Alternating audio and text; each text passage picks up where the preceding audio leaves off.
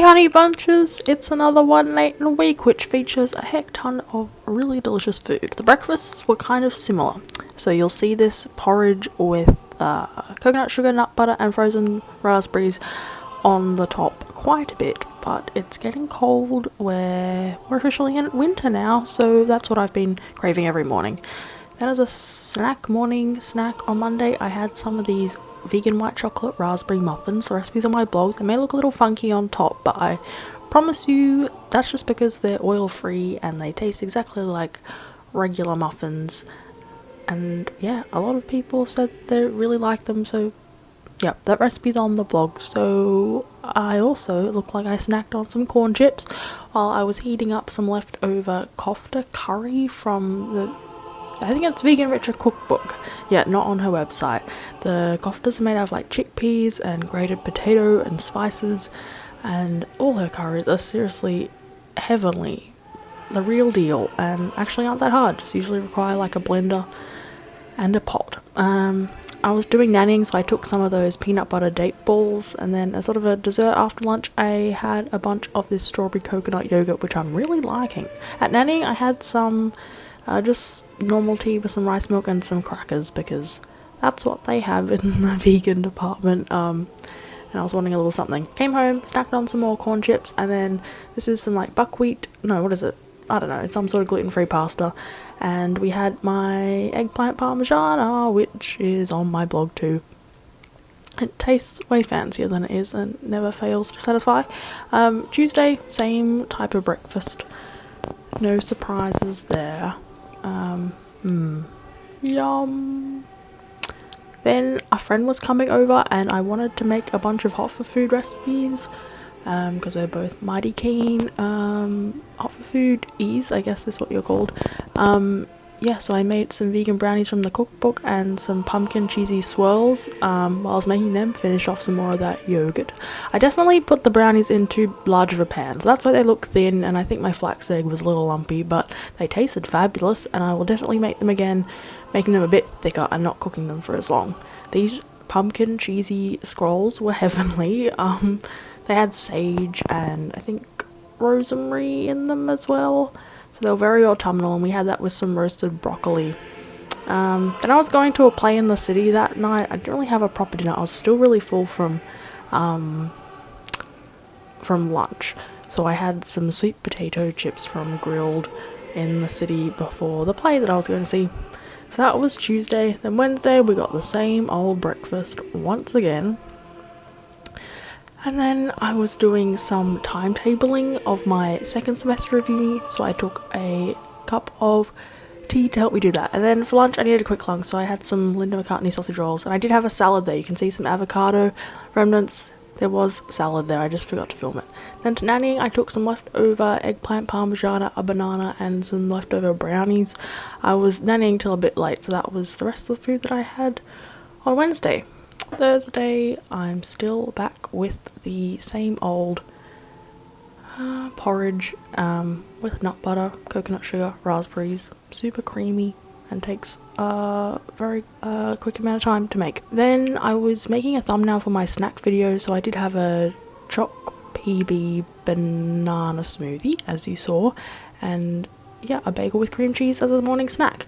Then lunch was this tofu tamari lettuce wrap things, which you would have seen in the student hacks video. I think if you're like me and often or sometimes turn to tofu scramble for lunch, then this is like a great equivalent time to make sort of lunch. That's, yeah, the flavors are different and it's just a bit more a change in the tofu department that's really filling and fuels you through an afternoon of productivity.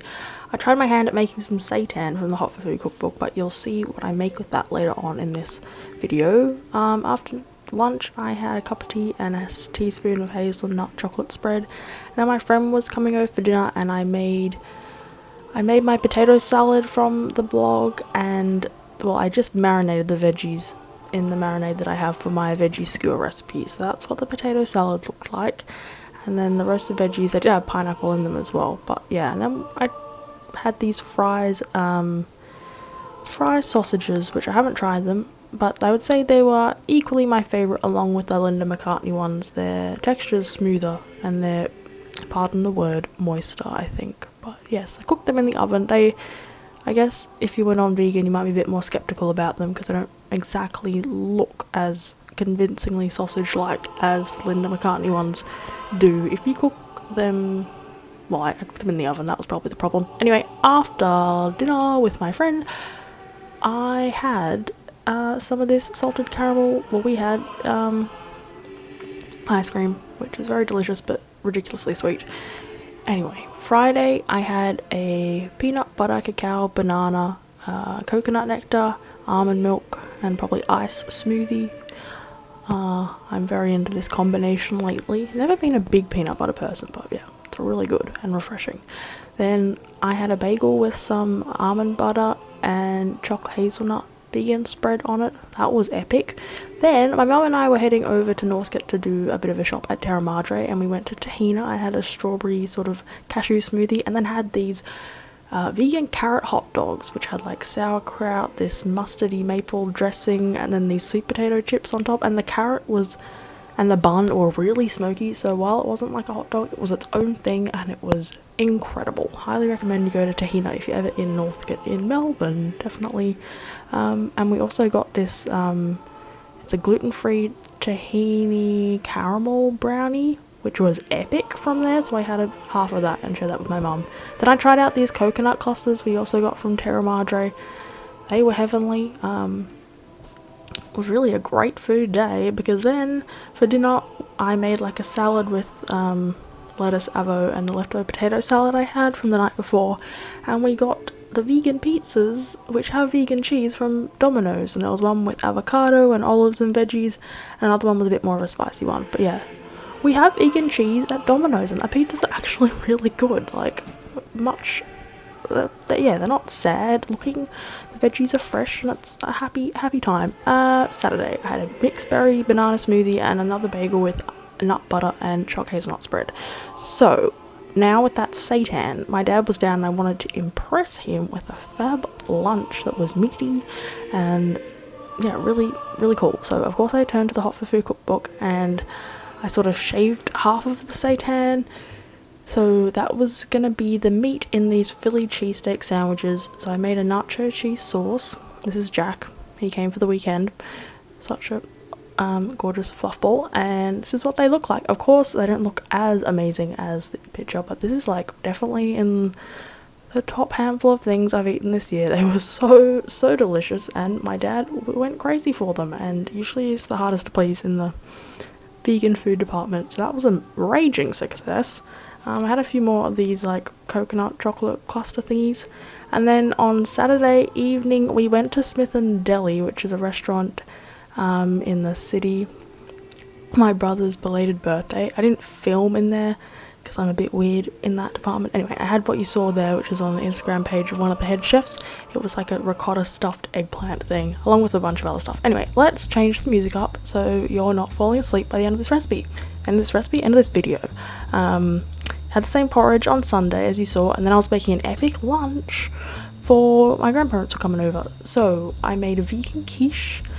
I made this holy shit cake, which is like a nut and caramel cake from the Holy Goddess cookbook. I made this spread for befores with like baba ganoush, some more of that seitan, some different types of vegan cheeses, and a mushroom shiitake pate, which we got from Terra Madre. I swear all these swanky things are only because Terra Madre has a really epic range. Then I made this salad to go with the vegan hot for food quiche.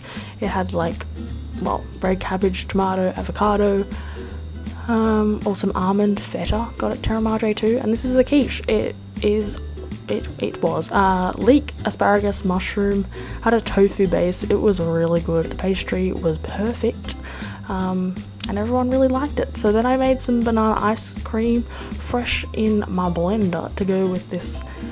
It's like a nut caramel cake, but it's called a holy shit cake. Yeah, had a thick layer of like coconut milk date caramel in the middle. My mum went crazy for this. It was a raging success, so I had a bunch spread of all those things for lunch. Dinner, we had 2 different types of dumplings. None of us were really in the mood to cook. So I finished off the salad and had some of those different types of vegan dumplings. And that Honeybunches is the end of my what I ate in a week. I'll finish with this really cute shot of Jack. Look at his face! Anyway, thank you so much for watching. I hope you enjoyed it in some way, and just remember that this is just like 1 week of my life. I know I didn't eat enough greens this week. It was a first week after finishing uni type of foodie week, and yeah, it was very scrumptious, but it's just a sampling and to be taken as inspiration. So I'll see you in the next video, honey bunches, and bye bye!